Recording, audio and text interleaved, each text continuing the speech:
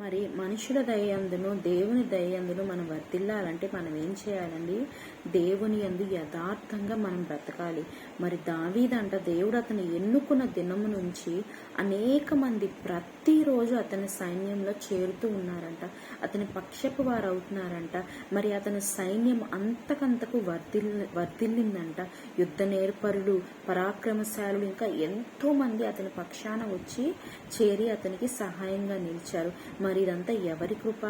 దేవుడిచ్చాడు, ఆయన పంపించాడు. కనుక ఆయన కనికరం దావీదు మీద ఉంది కనుకే అనేక మంది జనులు అతని పక్షాన చేరారు. అతను రాజుగా నియమింపబడ్డాడు.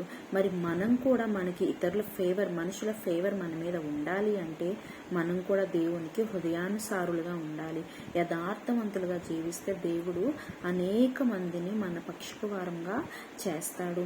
మరి నీ జీవితంలో కార్యాలు జరగట్లేదు, లేదా అనేక మంది శత్రువులు నీకు ఉన్నారు, లేదా ఎన్నో ఇబ్బందుల్లో నువ్వు ఉంటే దేవుడు ఒకటే చెప్తున్నాడు, దేవుని హృదయానుసారంగా నువ్వు ఉంటే అనేక మంది నీ పక్షపు వారవుతురు.